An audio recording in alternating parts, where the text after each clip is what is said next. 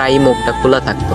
একদিন হঠাৎ করে ছেলেটির নজর পড়লো মেয়েটির দিকে। এভাবে বেশ কয়েকদিন যাবার পর মেয়েটি বুঝতে পারলো ছেলেটি তাকে লক্ষ্য করে। মেয়েটিও বাঁকা চোখে ছেলেটির দিকে তাকাতে শুরু করলো। ছেলেটি মেয়ের চলাফেরা দেখে মুগ্ধ হলো।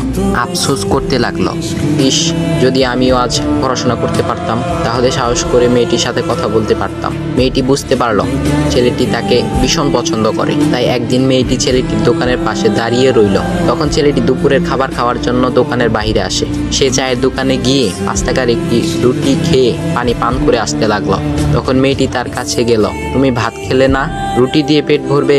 তখন ছেলেটি মেয়েটিকে দেখে অবাক হয়ে গেল। তখন ছেলেটি বলল, আমি ভাত খেলে আমার মা, বাবা আর ছোট বোনকে কি খাওয়াবো? মেয়েটি শিক্ষিত, তাই অল্পতেই বুঝে গেল।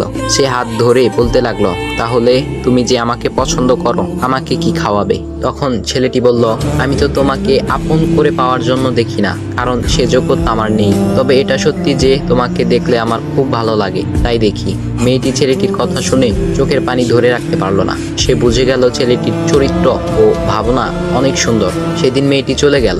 বাসায় গিয়ে রাত্রিবেলা মেয়েটি অসুস্থ হয়ে পড়ল। পরে তাকে ডাক্তারের কাছে নিয়ে আসা হলো।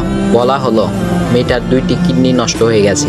তখন মেয়ের বাবা ফোন করলো তার বন্ধুর ছেলেকে, যার সাথে বিয়ে দেওয়ার জন্য সে পাগল। কিন্তু মেয়েটি তার বাবার পছন্দের ছেলেকে বিয়ে করতে রাজি না, কারণ সে ছেলেটি টাকা থাকলেও কি হবে, তার চরিত্র খারাপ, সে লোভী।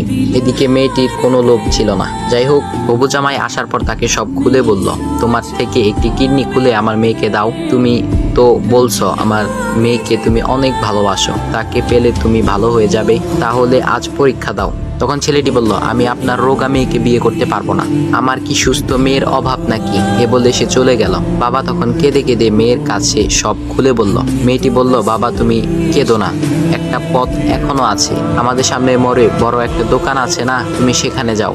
সেখানে যে তাইয়ুব নামের একটা ছেলে আছে, তাকে নিয়ে আসো, আমার কথা বলো। তখন মেয়েটির বাবা ছেলেটিকে নিয়ে আসলো। মেয়েটিকে দেখে ছেলেটির চোখ ভিজে পানি পড়তে লাগলো, কারণ মেয়ের বাবা তাকে সব খুলে বলেছে। তখন ছেলেটি মেয়েটিকে বলল, তুমি আমাকে একটা কিডনি দিবে? ছেলেটি বলল, কিডনি দেবার জন্যই আমি এসেছি। মেয়েটি তাকে বলল, তুমি কি চাও? ছেলেটি বলল, তুমি সুস্থ হয়ে আমার দোকানের সামনে দিয়ে যাবে, আর দূর থেকে আমি তাকিয়ে দেখব, এই অনুমতিটুকু চাই। এ কথা শুনে মেয়েটিও ও তার বাবা তাদের চোখের পানি ধরে রাখতে পারলো না। অবশেষে মেয়েটি বিছানা থেকে